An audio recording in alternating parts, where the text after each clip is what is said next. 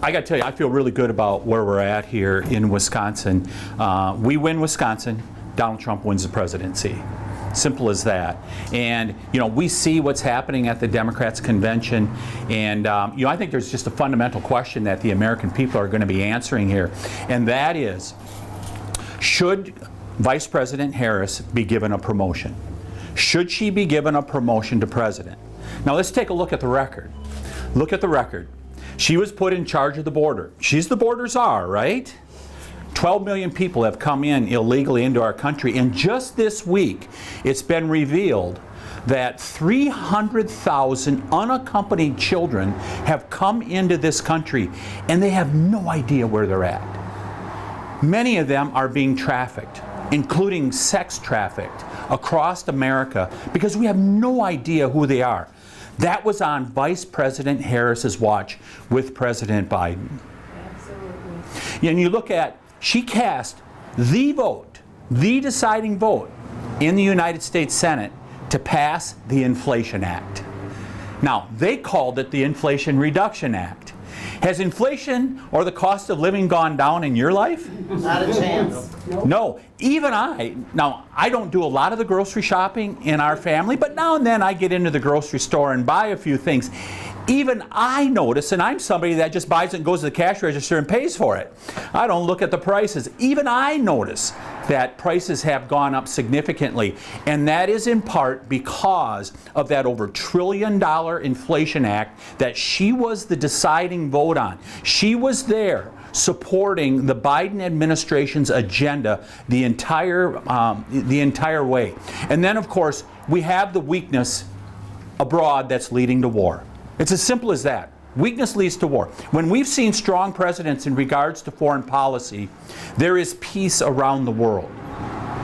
Kamala Harris, she bragged about being the last person in the room when the decision was made to pull out of Afghanistan. One of the worst foreign policy debacles we've seen since Vietnam. She made a point of saying, I was the last person in the room with President Biden when that decision was made. Well, what happened? 13 of our finest were left at the base in Kabul. So while she was walking out of the room, those 13 members of our military were coming back in boxes. That's the disaster that's been the foreign policy. Those 13 service members that were left over at the airport in Kabul, and 80,000 Afghans were brought into this country, including most of them who were not vetted. And I know, because I sit on the Judiciary Committee, we review these things in regards to the processes that go into our national security and people coming into our country. Those people were not fully vetted. And that's all on Vice President Harris's watch. Now, let's take a look. Since she was anointed the presidential nominee for the Democrats, and there's no other way to put it, she was anointed. She was not elected to be their presidential nominee. So let's look at the first two decisions that she made. The very first one is she announced her running mate would be Governor Tim Walz from Minnesota. And let's look at the record of Governor Walz over in Minnesota, and let's start with the beautiful city of Minneapolis. What used to be the beautiful city of Minneapolis, and I know, I grew up in the shadow of the Twin Cities over in western Wisconsin. We always knew the Twin Cities as two of the most beautiful cities in the United States of America. Minneapolis is becoming unlivable. And when the riots happened 4 years ago, Tim Walz let the city burn. He could have called out the National Guard. He did not call out the National Guard. Tim Walz brags about all the times that he has been to China. And take a look at the record. Numerous times that he's been to China over the years. And he's the one that said, socialism is another person's neighborliness. You tell me that the communist Chinese are neighborly, especially to the United States of America, when they send the fentanyl analogs to Mexico. Is that neighborly? As 100,000 of these young people in our country died last year as a result of fentanyl poisonings. #1 killer of young people in America at this point. That's not a very neighborly country. And go talk to the people of Hong Kong, what they did to them over the last decade. That's Tim Walz. So that's her first choice she made, was somebody who thinks just like her, just like the San Francisco ideology she came from, that is destroying America. The second thing she did, she said, we are going to have price controls. This is going to be the cornerstone of our economic agenda. We've got all these people out there gouging. What's that? She said gauging. I'm sure she meant gouging. So I want them to start naming names. Who are those gougers? Is it those local grocery stores that we have that are the cornerstone of our community? We can name a few of them off.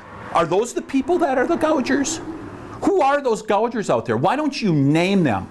It is just delivering fear, is what she's doing. And let's remember, every time that price controls have been used, they have failed. It doesn't matter where in the world, every time they have failed. The last time they were used in the United States of America was under President Richard Nixon. Illustrious company that Vice President Harris is seeking to travel along with. President Richard Nixon, who besides Watergate, price controls probably brought down his presidency more than anything else. She wants to do the same thing to America. And I'm telling you, the reason that she is saying this is because she thinks of the American people are economically illiterate. She thinks that she can just turn the American people's venom towards these people who are neighborhood grocers and others. And that's what this is. And it's very cynical. And it's no different than what President Biden did in regards to forgiving student college debt.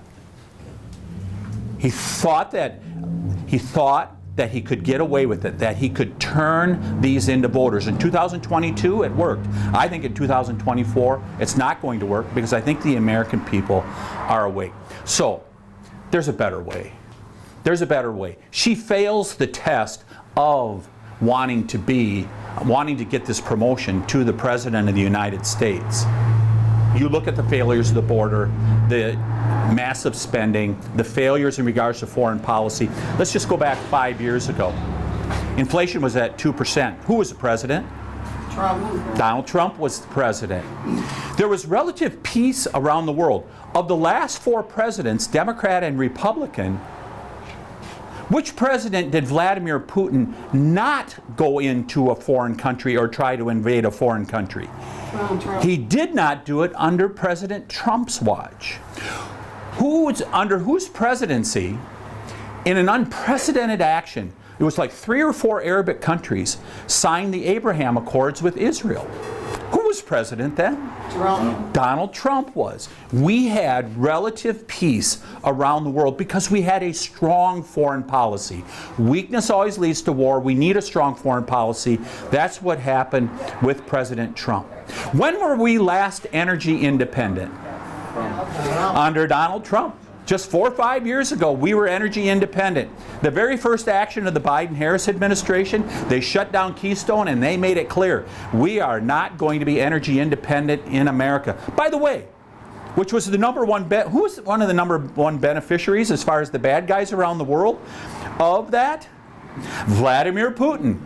Price of crude oil went from $60 a barrel to $100 a barrel. He was able to fund his war machine as a result of those increase in oil costs. If we want to get control of inflation, there's a variety of things that can be done. But #1, we need to get back to energy independence and bring the price of crude oil back down to $50 a barrel, so we're paying $2 a gallon at the gas pump, shouldn't we? When's the last time that happened? Under which president? Donald Trump. So the American people really have a very clear choice here in this election. And I think everyone out there should be asking the simple question, what about me? What about me? You look at, over the last couple weeks, we've seen this narrative across the national media where they talk about there's such joy in this campaign. You know, Vice President Harris has such joy out there running and stuff like that. That's all about her. What about you, the American people? That's what this election should be all about. Because it hasn't been good for the American people the last 4 years, has it? We can make it much better by voting for Donald Trump. And that's exactly what I believe people are going to do in November. And I would just say one other thing finally. So a lot of people, they get over 40, 50 years of age, and it's hard to change their mind in regards to how they're going to vote. But I got to tell you, I think there's a group of people out there that are really free agents this year. And I think it's going to be really a formative time for them over the next couple of elections, and it's your generation. It's the people 20 to 30 years old, because they didn't vote for us. I mean, let's be real candid. They didn't vote for us, Republicans, in 2018, 20, 22. They didn't vote for us. But they've seen the harm of the Biden-Harris years. They've seen the inflation when they can't even afford rent. I just helped move my daughter out of an apartment as she heads back to college. She was working in another city this summer. And it was really interesting. Somebody came out of the apartment building and said, "Hey, did you get the notice from the landlord?" And we were packing stuff up, and she says, "No, I didn't get the notice." And my daughter just said, "They know I'm moving out, so they probably didn't send." What happened? She said, "They just raised our rent from $700 to $800, and that's on top of the increases we've had over the last couple years." Young people can't afford the rent, much less being able to afford a home and a home mortgage. Young people we are at a point in time where if we deliver our message as Republicans, we're going to secure the border, we're going to stop the ruinous spending that's been going on at the federal level, we're going to be energy independent, and we're going to be a strong America that will lead to peace around the world. We deliver that message to these young people, and that there can be hope and opportunity.